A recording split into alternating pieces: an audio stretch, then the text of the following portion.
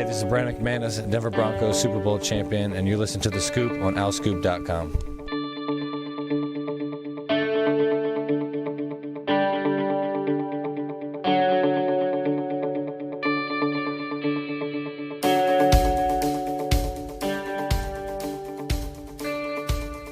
Hi, everybody. Welcome back to The Scoop. It's season 6. We have deemed it to be season 6 because I guess it just makes sense. Yep. We're getting sick of season 5. A lot of episodes in season 5. What have we gone up to what 47? Almost at 50. Yeah. Nearly got to the 50, but I think we had enough. Yeah, it's the end of August.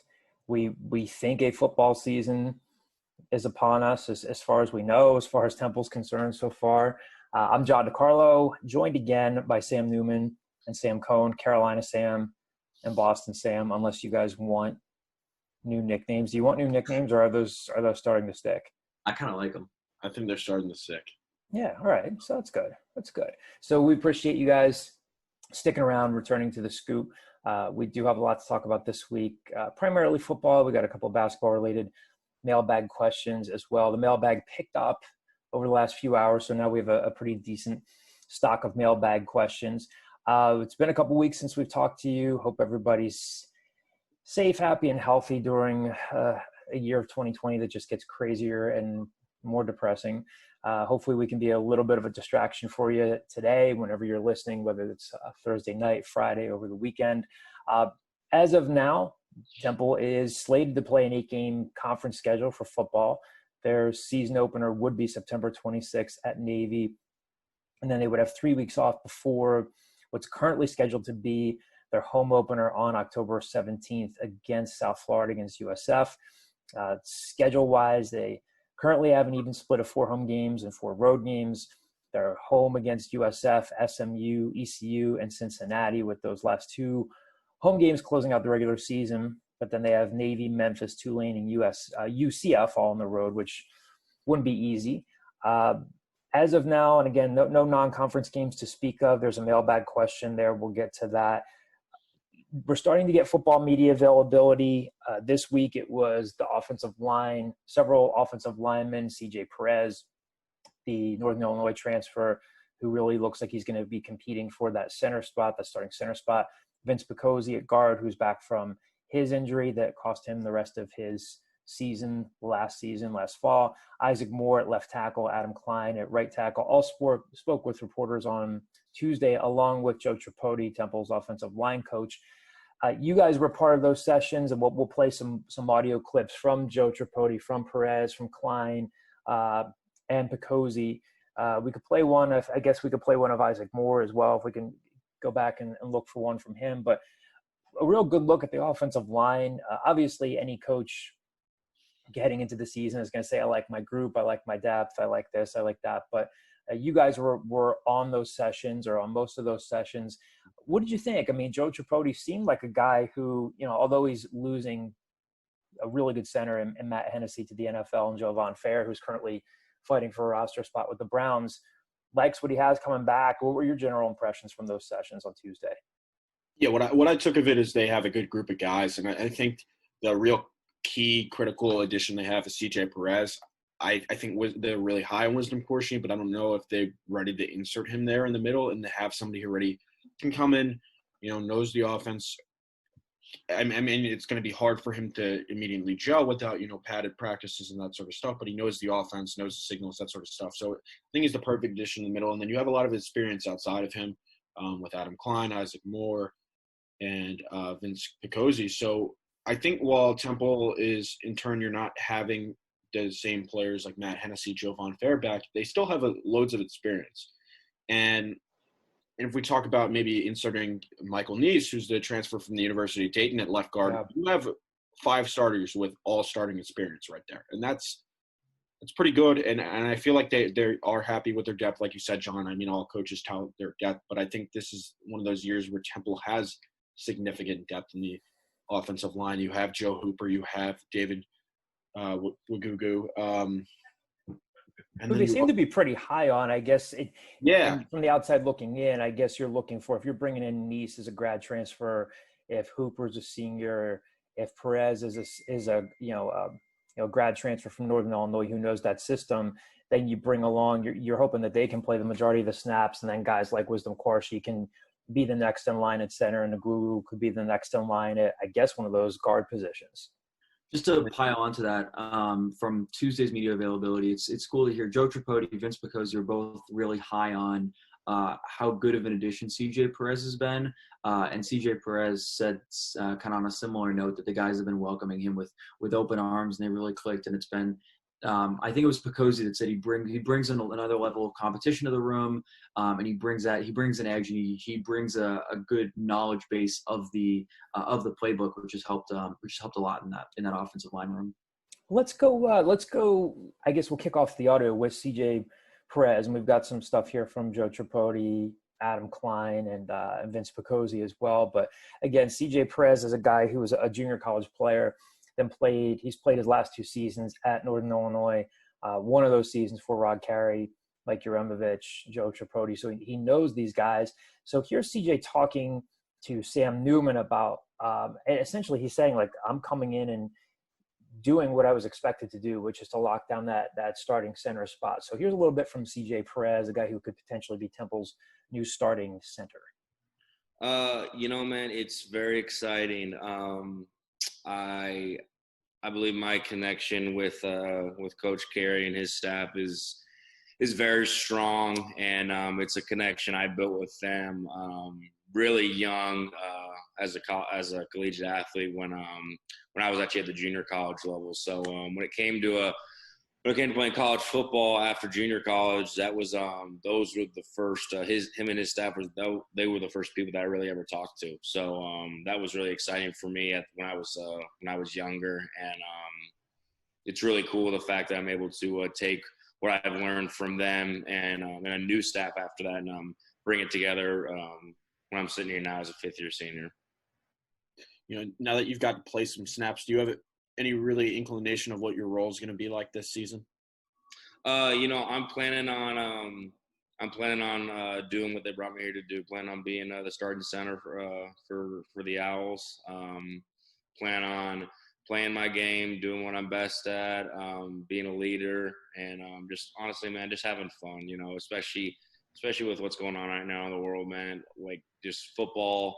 Not even football, just sports in general, man, is something that's not only big for Temple and for Philly, just big for the world. So I think, if we're able to go out there and just have fun, play the game that I love playing, that a lot of people love watching. Yeah, just last question here. What is it like for you as an outsider coming in, looking at this offensive line, the continuity there? Do you feel like you fit in well in the middle there? And what do you think of the group as a whole? No, yeah, the group is a bunch of great guys, man. I've really had a warm welcome from Vince Picozzi and Joe Hooper, Adam Klein, a lot of guys like that. Guys that really have played some valuable snaps. It's a valuable time and a very experienced, but also I think they understand my role, what I'm coming in here to do, and I think they've welcomed me with open arms, and they've been overall really good to me. All right, so again, that's CJ Perez talking about coming in, and again, like we said earlier, just being the guy that the staff wants him to be. Again, if he comes in and he's about 6'1", 287, which isn't huge, but for a center, you can get away with a little bit of a smaller center as long as he knows those calls and as long as he's athletic enough, which he seems to be. So again, check out Sam Cohn's story. We have a lot of coverage this week. Stories on Isaac Moore, stories on Vince Picozzi, CJ Perez, who Sam wrote about, and then Sam Newman's piece on the offensive line as a whole. So again, we'll have more stories unfolding as the weeks go on here. Kind of an interesting preseason. Again, unless there is a non-conference game to speak of in September, it's going to be a longer preseason and more gradual preseason, if you can even call it that. Also, again, you guys had the chance to talk to Joe Tripodi, Temple's offensive line coach, again, with the rest of the staff. He's in his 2nd season. Again, seems to be really happy with the group that he has. And again, just from year 1 to year 2, it sounds very basic to say, but the guys are getting more up to speed. Seems like they're learning quicker, adapting quicker. In this clip that we're going to play here, Sam Neumann has asked him about just if he, I think, Sam, the one question you let off in that presser and that portion of media availability was, whether or not he had a starting five in mind. And I think either in answering that question or later on or earlier in the interview, at some point in the interview, he talks about you want to grab your best five guys, even if they're, 4 guards and a center or something like that. And then you asked him a little bit later here in this clip about Adam Klein and also what he's seen of the guys on the other side of the ball, like Ifan Maje. So here's Joe Tripodi talking about, again, his, some of the guys that he likes and also what he's seeing on defense. Because if you've been following our coverage and following coverage of the team, they were splitting things up into groups of 50 guys. They weren't working out more than 50 guys at a time. And they really, I think the last time we had talked to you guys on the podcast, they had not gone offense versus defense yet. It looks like they've started to do that now. And so a guy like Joe Tripodi and, of course, those offensive linemen are getting a better look at what they're seeing from their defensive counterparts. So here's Joe, again, talking about his group along the offensive line, talking to Sam in response to a couple of his questions here. Do you guys have, right now, do you have in your head, what your projected starters are? Or is it still kind of moving pieces before the Navy game? Yeah, Sam, I would say that there's a couple moving parts because, we do have a couple of new guys. We have some returners and just kind of been just seeing where the pieces fall. With the offensive line, your goal is to put out the best 5 players you can. All right. And in a perfect world we believe as a staff to be a championship O-line, you need to have 7 or 8 guys that you can play. Now going back to the front 5, coach always says it. I mean, it could be, I know it's listed as 2 tackles, 2 guards, and a center, but in a given year, you may have 3 guards, a tackle, and a center that are your best 5 players, and then you have to put them in the spots to make up that line. So right now, I'd say there's certainly a lot of competition. Has anyone else moved around besides Adam Klein, and what have you seen from him playing between right tackle and center? Well, the thing is football knowledge, football IQ. First of all, Adam, he works his butt off, and he is a smart football player. He's played a lot of football, but he's played a lot of football at right tackle. So then, those 2 practices we had in the spring, he was at center. He's certainly still repping in the center mix right now. When you learn the game of football, offensive line speaking, from the center, you know what everybody does. And I think now, that's helped him at tackle for sure. Yeah, just lastly here, how have things gone now that it looks like you guys are going up against the defense a little bit, and what do you see from Maje and Ifan and Maje and some of the other guys on the other side of the ball? Oh, explosive. Ifan is a challenge to block. I'm glad he's on our side. Great young man, very well coached. Those guys just work hard, and the nice thing to see, getting it when you get that competition, when you get a one-on-one situation with the O-line and D-line, what's been really cool to see is whether one guy wins or not, they're helping each other out. They're talking with each other and they're communicating, and that's where you really get some growth at that position. But those guys up front on the defensive side of the ball are a challenge, and they definitely make us better. All right, so again, you can check out the story that Sam wrote earlier in the week on the site. Again, it's available to our subscribers. A lot of good stuff from Sam Neumann, a really good comprehensive look at the offensive line. We mentioned Adam Klein, of course, a guy who has really come in and played from day one, along with Isaac Moore. I mean, I guess if you're a coach or a coaching staff, you'd really want to hope that you could bring in some bookend offensive tackles, and Isaac Moore has been playing from day one at left tackle. Adam Klein has really been playing from day one at right tackle. There has been a little bit of talk here. Armand, who from our staff, had asked Adam to start off, maybe not to start off that media session, but had asked him about playing some snaps at center. And you're going to hear him talking here a little bit about that, seeing some time at center. But we're going to take an educated guess here. It looks like I'd be surprised if he's not starting at right tackle, but he's had some versatility. He did see some snaps at center and spring ball in the very abbreviated portion of spring ball that they had. In this first clip, you're going to hear here Armand talk to him about transitioning from right tackle to center, or even just maybe seeing some snaps here. So here's where Adam talks about taking snaps at both positions. So far I think it's been pretty smooth. I've been playing both center and right tackle, and then wherever coach needs me to play. It's been pretty smooth so far. I mean, I got a couple reps here and there, and then when we first were able to have a couple practices of spring ball, so that was pretty helpful. And then obviously we had Matt Hennessy last year, so I got to learn a lot from him, just watching him play and watching him watch his work ethic and how he worked and how he learned the plays and how he really led the offensive group. So that was really helpful to have. But so far it's been pretty good, and I'm having a good time. And just to follow up on that question on the offensive line as a whole, in terms of being a leader, you've been here for 2 years now. So, just talk about what you're going to bring leadership qualities and what your expectations are for this group. I think obviously with, losing veteran guys like Jovan Fair and Matt Hennessy, I think I've taken upon myself. I've had conversations with Vince and our coach that I need to be more of a leader this year and be more vocal. So that's something I need to bring to the table. I'm going to be more of a vocal leader. I'm trying to set the example and, lead our group. Lead the young guys along like I was when I was a freshman. I think that's something I need to do. I think overall I just need to be a more vocal leader as I move on in my years at Temple. All right, so then later on in that same media session with Adam Klein, Sam Neumann, again from our staff, asked Adam about just the evolution of the offense and how it looks in year 2. I think everything's moving a lot quicker. As in, everything's a lot, the transitions are quicker with our offense. There's not as many mistakes as there was in the beginning. Everyone's got the offense kind of down pat. As the younger guys come in, they're doing a good job of staying on top of things and learning. But I think we have a little more of a veteran group now. Our second year in the offense, and you can tell in our walkthroughs, we've only got a little bit of stuff against defense, but as you can tell in our walkthroughs, we're doing a really good job of, our motions, and our skill guys are doing a really good job. The offensive line hasn't really made much mistakes. So I think in the second year, we feel a lot more comfortable. The coaches feel a lot more comfortable, and we're able to open the playbook up more, everything's running pretty well.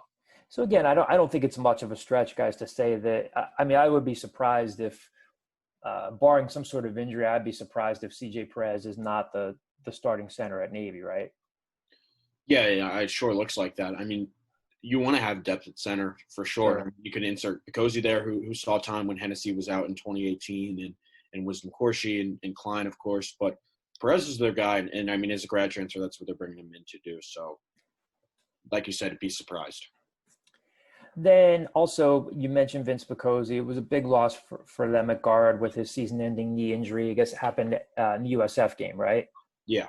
And so he talked this week about, a lot about what it's like to be back, that group as a whole. He really kind of becomes the returning veteran leader in that group. Obviously, CJ Perez has a lot of experience, but he's new in the sense that he's transferring in from Northern Illinois. So Sam talked to Picozzi about CJ Perez, asked him about what he's brought to the line, and you'll hear Picozzi talking about how Perez has created more competition there at center. So again, I think some of the guys had talked about Klein seeing some snaps at center, but here's Sam asking CJ Perez about, asking Picozzi about CJ Perez and what he's brought to that group.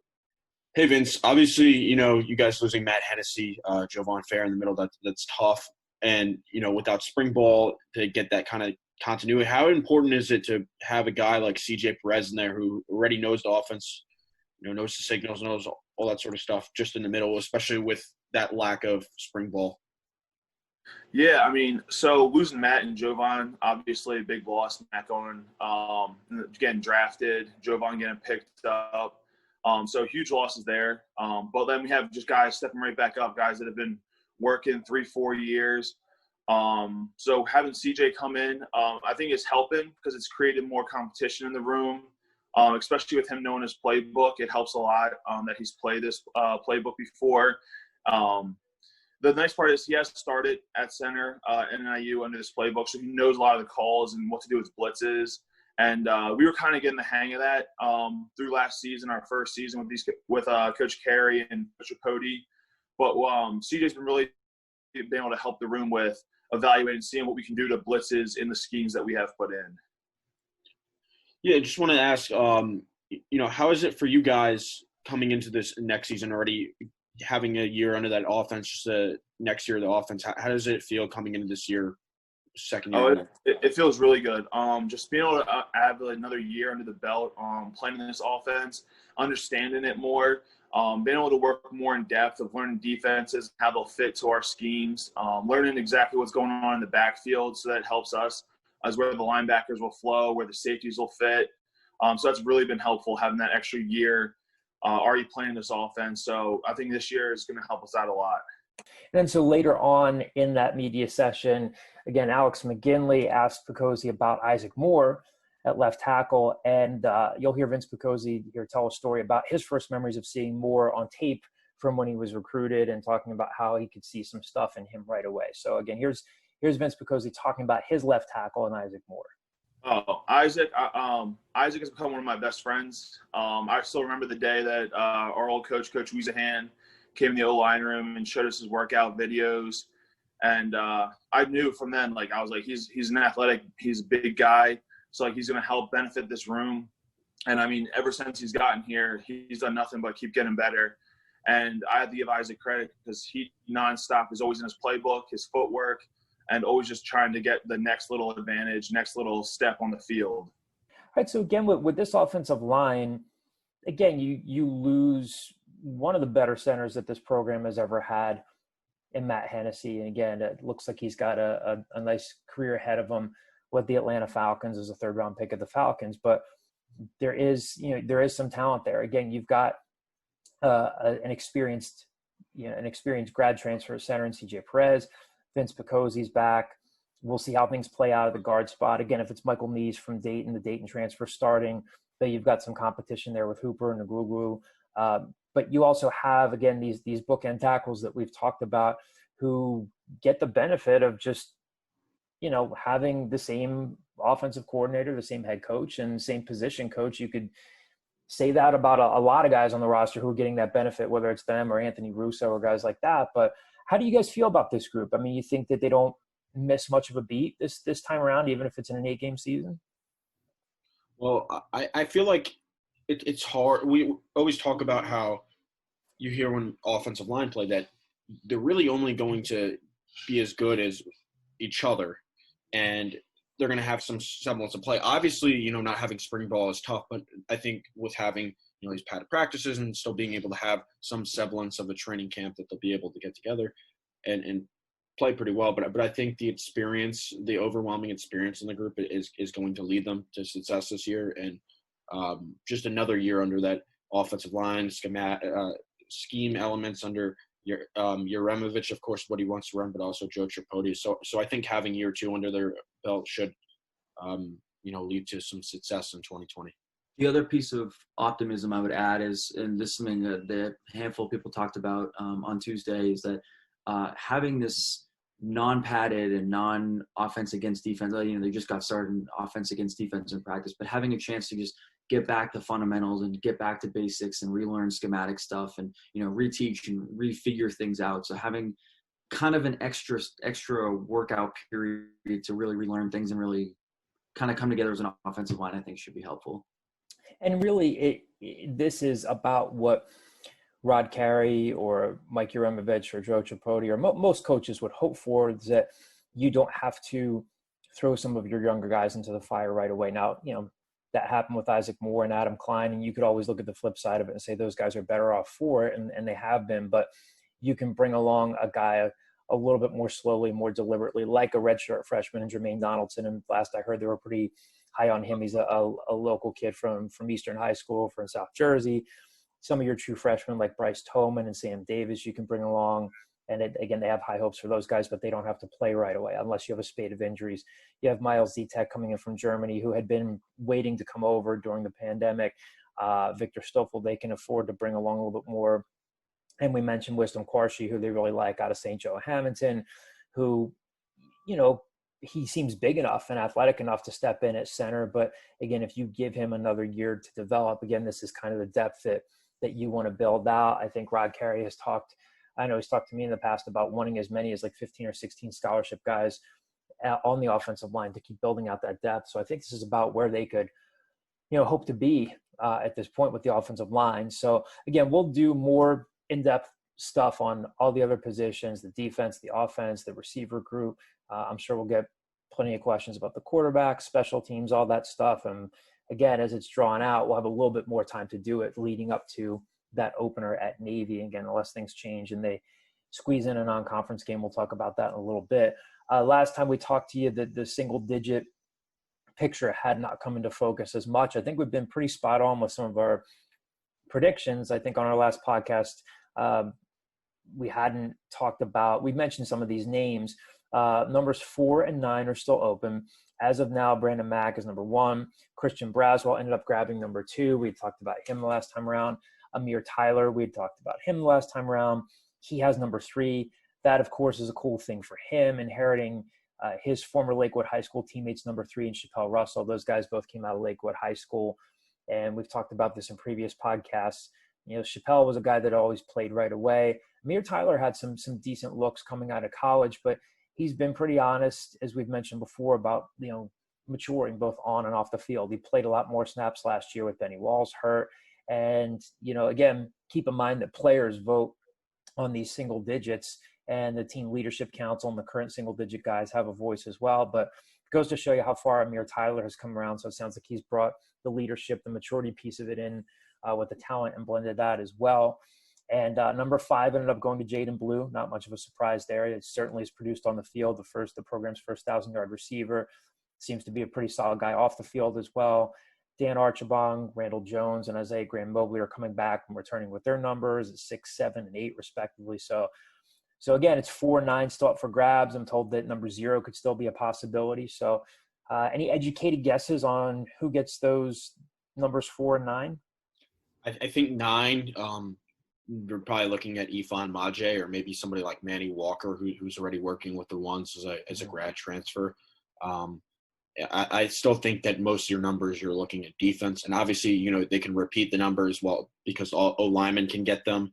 And obviously, they can't wear them, but I think they wear, you know, a sticker on their helmet or something like that. But between 4 and 9, I feel like you look at guys, like I said, Manny Walker, Ifan Maje, Will Quenku, and potentially Linwood Crump. Those are my best educated guesses right there.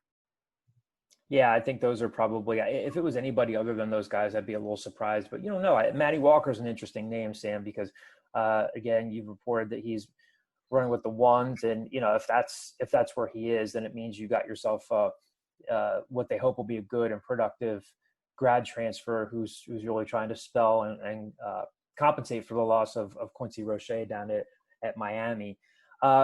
We'll talk a little bit of basketball recruiting in the mailbag here in terms of the current basketball program. They're finally, now that they have the team back on campus, they've been able to work out. Not that the official NCAA practices have started, but they've been putting some stuff on social media about the guys working out over at the facility. So we'll be talking about some basketball in the coming weeks as well. And of course, we'll answer any mailbag questions you guys have there. We'll get to the mailbag now. Again, it filled up a little bit closer to the start of recording here, but we got some good stuff here. We'll start with West Coast Al from our message board. How do you all think the season will play out in terms of games played? So I guess he's asking if he thinks they'll get in a full 8 games. What do you guys think? I think the fair over-under is probably 4.5, or around 4. I think they get close to halfway. I don't think they make it to the full season. I think that it's hard to say that, like, if there is any kind of outbreak, it's hard to think that they would not shut down. They would not shut down the season. And I with all the traveling they're doing, I mean, they are taking extreme protocols to ensure their safety. And Fran Dunphy did say that there is a chance they could bump up from 1 test to 2 tests a week once season gets started, and they are being careful. But it's just so hard to tell the future right now. But I would say they get my gut and my guess would be around 4 or 5 games they get through, and then maybe it gets shut down. Carolina Sam, New York Mets Sam, what do you think? I mean, I think that they're going to be able to get in all the games. It's just my personal opinion. The way that their schedule is kind of split up right now to where you have spaces in between, I think that's going to help them. And if they don't schedule non-conference games, I think, you know, even though having 3 weeks off isn't ideal, it might help them in the long run in terms of, you know, if there is an outbreak, being able to quarantine and that sort of stuff. So let me do an over-under here. I think your over-under might be like at 5-6, just going a bit above Celtic Sam, Boston Sam over here. I don't know. I feel a little bit more optimistic just as where things are trending. I do too. And again, this will be a theme at least over the next few weeks. I'm not sure I see the benefit of scheduling a non-conference game right now, unless it was some high-profile matchup, which really doesn't look likely at this point. We're kind of heading into a mailbag question we have here coming up. If your first game is truly September 26th at Navy, it's a bus trip, you don't have to get on a plane, and let's say for argument's sake that a couple of your players do test positive for the coronavirus between then, you give yourself some time to quarantine them and then get them back into the mix, provided they can bounce back, healthy. You give yourself a lot of time. It seems like Rod Carey's approach, and he said this, has been slow and steady, building up. What's the city going to allow us to do? What are we going to be permitted to do? But I don't know that there's a benefit in playing another non-conference game or playing a non-conference game in general, and that could really allow you to sort this piece of it out where you get more of your protocols in place and you can continue to practice and get work in. So, I mean, the tricky thing will be, I hate to pick on the state of Florida again, but I mean, if you're playing November 14th at UCF on Orlando, considering the problems that Florida has had, sure, we could see something where there's a spike and Temple says it's not safe for us to fly down to Florida. I think that's the one thing I would look at there that might knock a game off of their schedule, but we'll see. And of course, USF is scheduled to come up here to Philadelphia on October 17th. So, but obviously that's where you let both administrations talk about their testing protocols and what they're going to get into place there. But as I'm sitting here now on August 27th, as we're recording this, I'm with you, Sam Neumann. I'm a little bit more optimistic than pessimistic. Hell with that. I'll just say they get all 8 games in. I'll try to be optimistic. We'll see, but don't hold me to that. But I don't know. I think they have a shot at getting all 8 in. Yeah, John, I agree with you. I think obviously, but I think they're going to get all the conference slate games in. The thing I'm pessimistic about is them scheduling non-conference games. I just don't see that happening right now.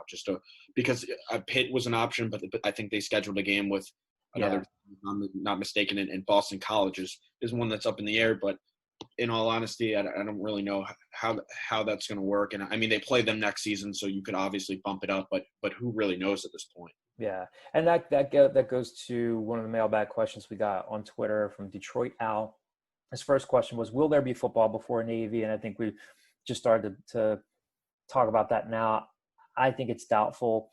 And his other question was, is there any update on the AD search, on the athletic director search? So, of course, Fran Dunphy has been the acting interim athletic director.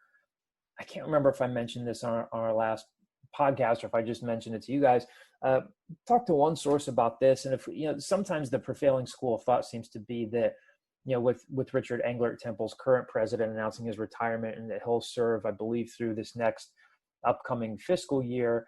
I think initially some people thought, well, that could mean that Fran Dunphy's the athletic director for the next year and that the new president will hire the new athletic director. I've talked to a couple of people nationally who think that may not be the case, that they could make a move on it sooner than people think. I don't think anything is imminent.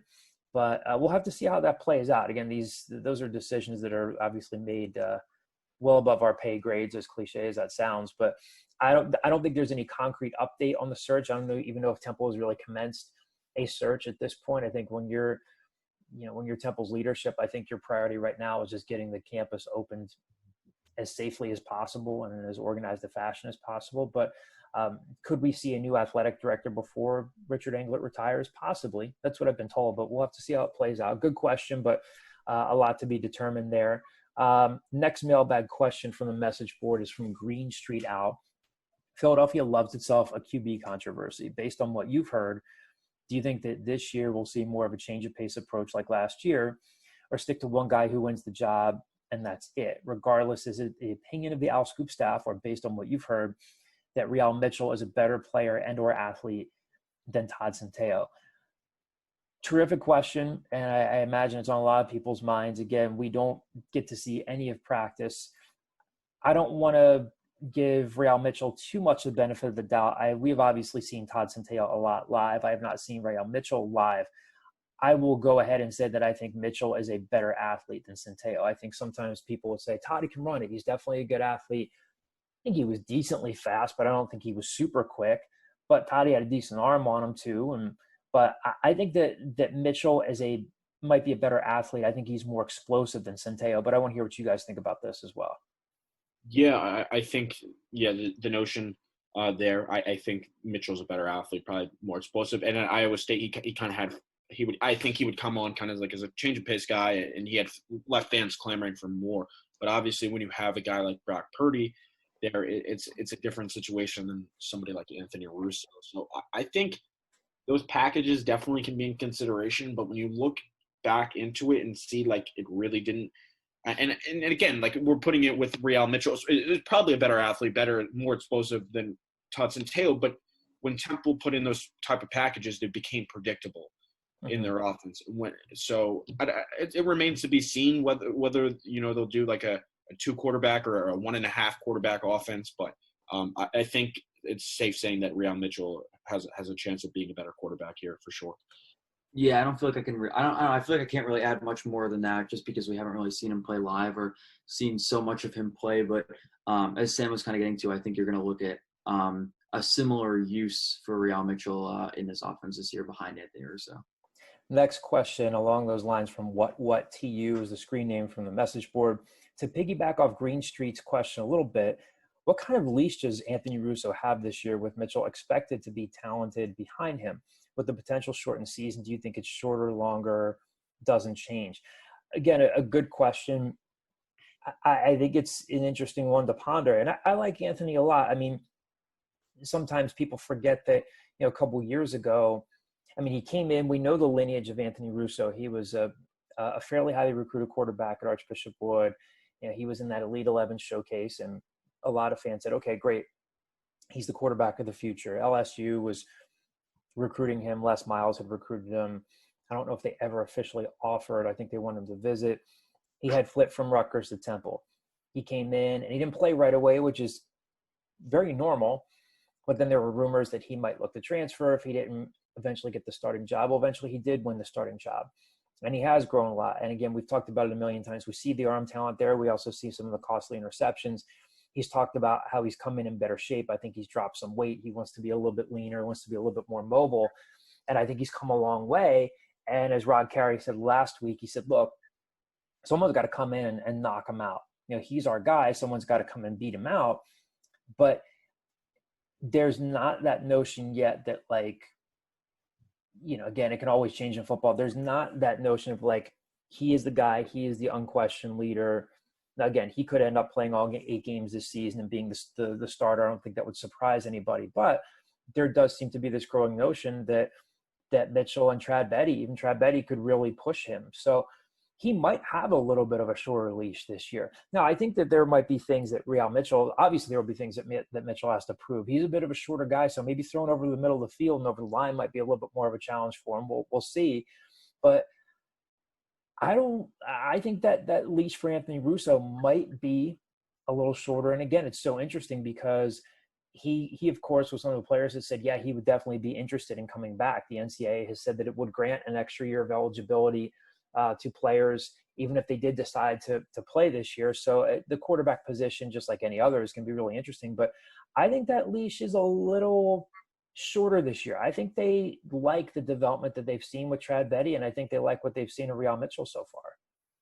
I agree with you, John. I think it's a little shorter, but I think we also have to take into account that this is also his second year in an offense. Yes, very good point. While he learned Jeff Collins and Dave Patnow's offense, he wasn't playing in it to begin with his first year. So this is kind of his second season in an offense naturally, to where he's learning it, probably has, better feel of it. But also I feel like it all kind of boils down to, has his decision-making improved? That's been the thing since when he came onto the scene in 2018, is the decision-making.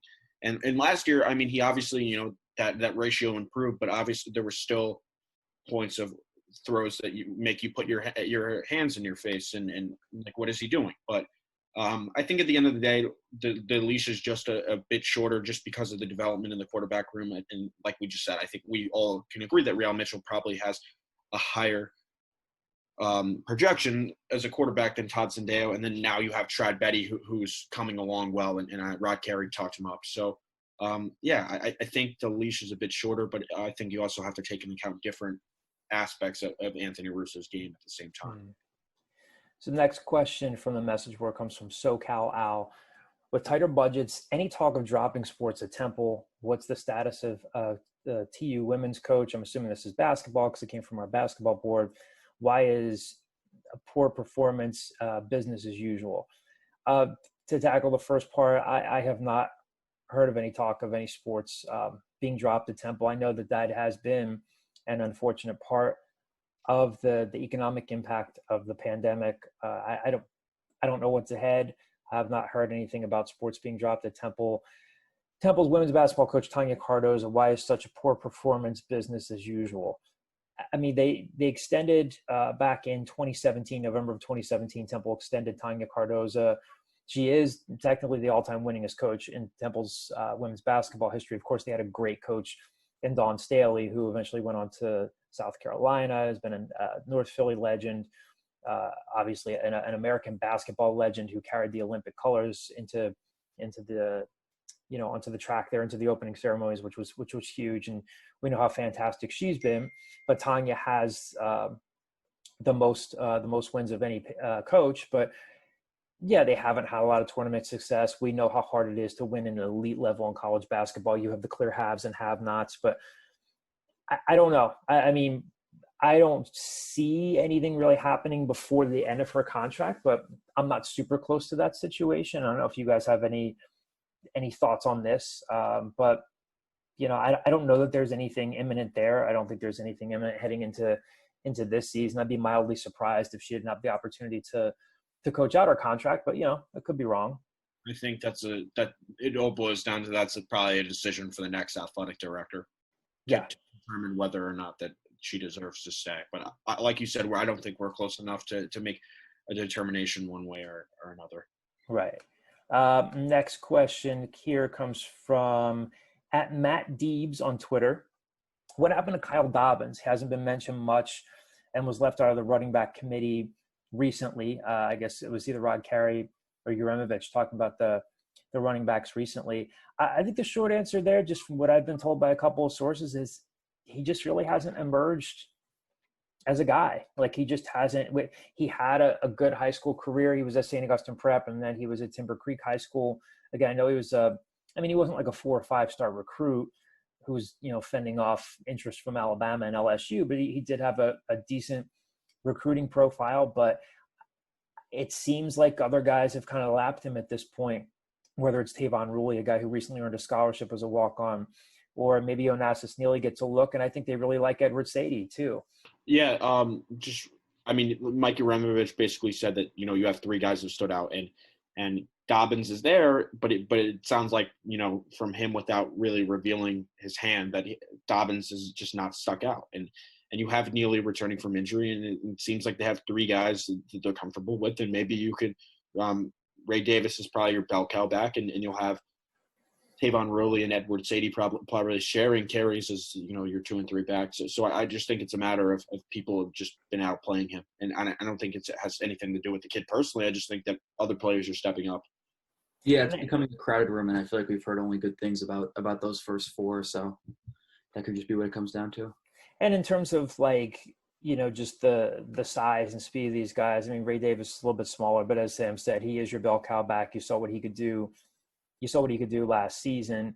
Ed Sadie is a bit of a smaller, faster guy, I guess you could say. Onassis Neely, if he does get into the mix, he's 6 feet 210. Ruley's 6 feet 215. I know they like a lot of what they've seen of Ruley, enough to scholarship him again.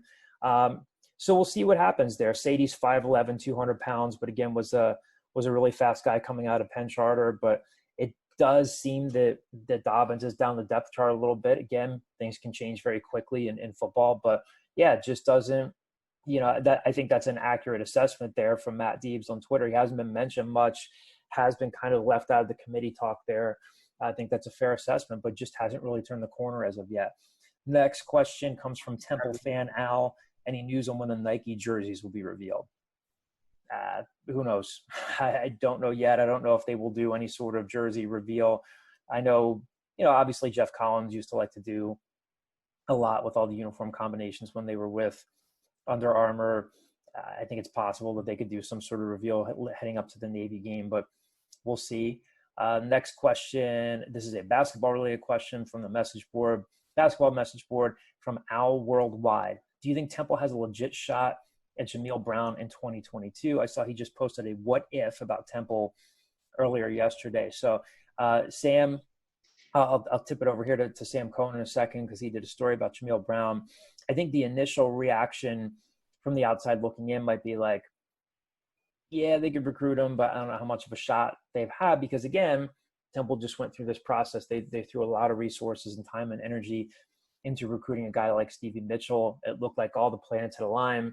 They didn't get him. Of course, they are very happy with Hasir Miller, it seems, enough to offer him and keep a very good, talented player home in the city, a guy from Neumann Goretti. But when you look at Jameel Brown, rankings-wise, he's a 4-star guy. Rivals currently has him rated at number 82 in the 2022 class. Has offers from Temple, Ohio State, Purdue, plays at the Haverford School just outside of Philly. But as I understand, he lives in North Philly, not far from Temple. He's a combo guard with a really good feel for the game. Heading into it, if you have Miller in the fold, if you eventually get a guy like Zach Hicks, you could roll your third scholarship over, or you could go 3 scholarships in 21 and then just save 1 for 2022. And you could really go all in on Jameel Brown and say, we have 1 scholarship. It's there for you. You would be the next guy in line who we would want to be that Philly guy to stay home. I've heard from a couple of different sources. I have not talked to the man directly. I've heard that his father would like for him to stay home. Again, that can change. We all know how everything can change in recruiting, but I think they've got a shot. Do I think they have a legit shot? Sure. Right now, it seems like they do. Will it be easy? No. We've talked so many times about until you see it, you have to see it to believe it. And Temple's not landed a top 100 player in I don't know, a long time. So we'll see. Sam, what are your thoughts on this? You've talked to him. You did a story on him earlier in the summer. What do you think about this? I was actually not the one that did a story on him. Armin did his story on him. Oh, that's right. Poor Armin. I'm denying him credit of his byline there. I feel like we've talked about him a lot, but my apologies to Armin. He did the story on Jameel, which you can read on our site. It definitely carries weight that he's from the Philadelphia area. He went to Haverford High School. He's been at the Haverford School. There's Haverford High School, which is down the street from me in Havertown, and then the Haverford School was not far out on the main line in Haverford Township. Shows how much I know. He went to the Haverford from Boston. He went to the Haverford School. I think it definitely carries weight. It definitely means something. He's from the area. He's been to the Leacore Center. He's gone to see games at the Leacore Center. I think he has a good relationship with Temple's coaching staff. But I mean, to be fair, he's got offers from Nebraska, Ohio State, Purdue, Temple, and Notre Dame and Villanova have talked to him. Had been recruiting him in the past. I don't kind of really know where he stands with that, but I think they have a chance. But as you kind of mentioned, how legitimate of a shot as of right now, we really don't. We can't really say definitively. Yeah, he's got some USA basketball experience. Mm-hmm. Plays for Team Final on the EYBL circuit. We'll see how that plays out when AAU ball eventually gets back up and running. He's seen Temple's campus. He's taken an unofficial visit. But, you know, when Armand talked to him, we have this quote here. He says, "It was my first unofficial, so I really wasn't sure what to expect. But when I got there, everyone showed me a good time." So we'll see. But from what I can tell from talking to a few sources about this, I do think Temple will go after him pretty aggressively and not back down and say, all right, he's a top 100 kid. We don't want to go through this whole process again where we invest all of our time and energy in a local kid. You know, you're not revamping the roster like you did with this most recent class with a couple of transfers and a couple of freshmen. So as of now, I do think they have a shot. Again, with recruiting, I would never say he's a lock to go there or anything like that. But I think they might have a better chance than people think. It's a great question, but we'll obviously have to see how it plays out. Next question comes from Delaware Al from the message board. Who coaches the big men? Do former players like Mark Jackson counsel current team members? So Mark Jackson can stop by practice and watch it, but Mark Jackson can't get out on the court and actively work with these guys. Would they benefit from that? Yeah. I mean, Mark Jackson was a terrific big man for Temple. I covered his career when I was in college, and he was great. One of the best big men they've ever had. As I understand it, I think it's a collaborative effort on the staff. I don't think there's one guy who's always like solely dedicated to just working with the big men. Of course, again, any of these players could maybe pick Mark's brain off the court and say, how did you take your game from this place to that place? And I remember Mark telling me that he got better by doing a couple of things. He watched a ton of tape on Karl Malone. Again, this is back in the 90s. And Mark used to play a lot of full court basketball, full court one-on-one to get himself in shape. When he worked out with a guy like John Hardnett, the late great John Hardnett, who was a mentor to a lot of people in the Philly basketball community, worked out a lot of pro guys as well. And Mark was so singularly focused on, again, if you've heard a lot about his story, I mean, he grew up really struggling financially, and he left school a year early to try to go pro, and did go pro because he wanted to take care of his mother. So he'd obviously be a great mentor to Temple's players. And again, he stopped by and watched practice, and I know he'll stop in and talk to Aaron, but he can't actively go out there and coach. I think that would be an NCAA violation, but I'm sure they might pick his brain. But as I understand it, there's not one single guy on the staff that just works with the big men. I'm sure each of them will spend time with them, but it's not so much like they have a dedicated big man coach like they used to in like years past. They've got like Jay Norman. Next question comes from, and this is the last one. We can do one last sweep here to see if we have any others. Our friend Pat Egan from 97.5, The Fanatic, a producer at The Fanatic. He's been doing a lot of work on their morning show recently. Chimes in with this question. It's a two-parter, so it's back to Pat's thing that he does where he has a serious question and then a goofy question. How do you all expect schools to handle senior day if they only get a half a season or even a quarter of a season? Could they get an extra year? Well, yes, the NCAA did say that they would grant athletes the opportunity to get an extra year after this year. So how they sort out the scholarships and all those numbers will be something that'll certainly be interesting. And you wake up in a theater and the two old guys from the Muppets are relentlessly razzing you, and not the kids stuff. They're really hurting your feelings, really going in on you to the point where you can't believe they know this much info on you. Who, either from the basketball or football or scoop staff, would you call to give it back to them to save your dignity? So Statler and Waldorf for the old guys from the Muppets. I don't know if that's like before your time, guys, but the guys that sit up in the upper level watching stuff and chime in on stuff. So just imagine that these guys are really just hazing you and giving it to you. Who from the basketball or football staff or the Owl Scoop staff would you call to give it back to them? I think I know my answer on this side, but I want to hear what you guys think. It's who would we call on the Owl Scoop staff to give to give it back to them to stand up for you? Kyle. Yes. Yeah, it's easily Kyle. Easily Kyle. Yeah, I mean, I think I don't know if Pat just wanted to tip his cap to Kyle. Kyle, again, is still part of the Owl Scoop staff. Hasn't been able to join us on the podcast for a while. He is father to one of the most adorable little kids I've ever seen. His son Jordan is a super cute kid. But yeah, I mean, I love Kyle to pieces. He's one of my best friends. But I mean, he knows. You guys have seen, like, I've made the mistake of showing him a couple of like my embarrassing childhood photos, not even childhood photos, like junior high photos. And the one time I think we were on a road trip somewhere and I was driving and I put my phone down and he grabbed my phone, texted the picture to himself. And I was like, what are you doing? He's like, what? I didn't do anything. And then he has a folder now of embarrassing pictures of John. So you guys have seen some of them. And we should definitely mention that he paid legitimate money to get a cardboard cutout of you at the Phillies. Yes, Kyle and Graham were behind that, which cracked me up. Another group chat that I'm in, I was in our WHIP meeting. So again, some of you might know that in a full-time capacity at Temple, I'm the managing director of student media there, and so I'm the advisor to the Temple News, WHIP, and to Templar, our yearbook. Both of you guys have worked at WHIP as well. Sam Cohn is our podcast director there. So we're sitting in our WHIP meeting the other night, and I just see a screen grab of a cardboard cutout of my face at Citizens Bank Park. And another group chat that I'm in, I'm like, is this real? And then one of our buddies who also knows Kyle just sent the link to his tweet, and I just started cracking up. And Kyle said he tried to get me behind home plate and was throwing around some significant money with Sam, with Graham, trying to get me behind home plate. But so you would pay Graham some serious cash if he get you behind home plate for the rest of the season. I told him not to waste his money, but it did. I think for him it would have been worth it.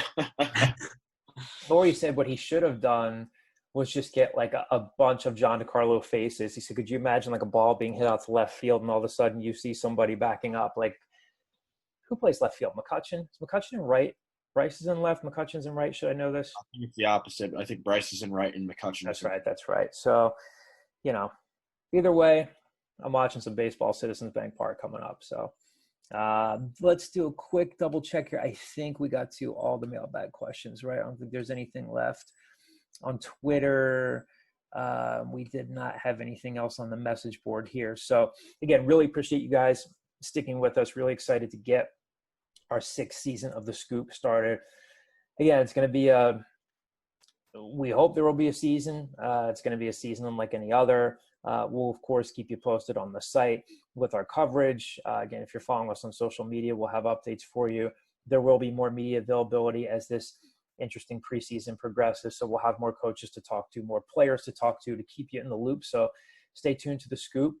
Thanks to our wonderful cast of Sam Cohn and Sam Neumann for being with me again this week. And we'll talk to you guys next week.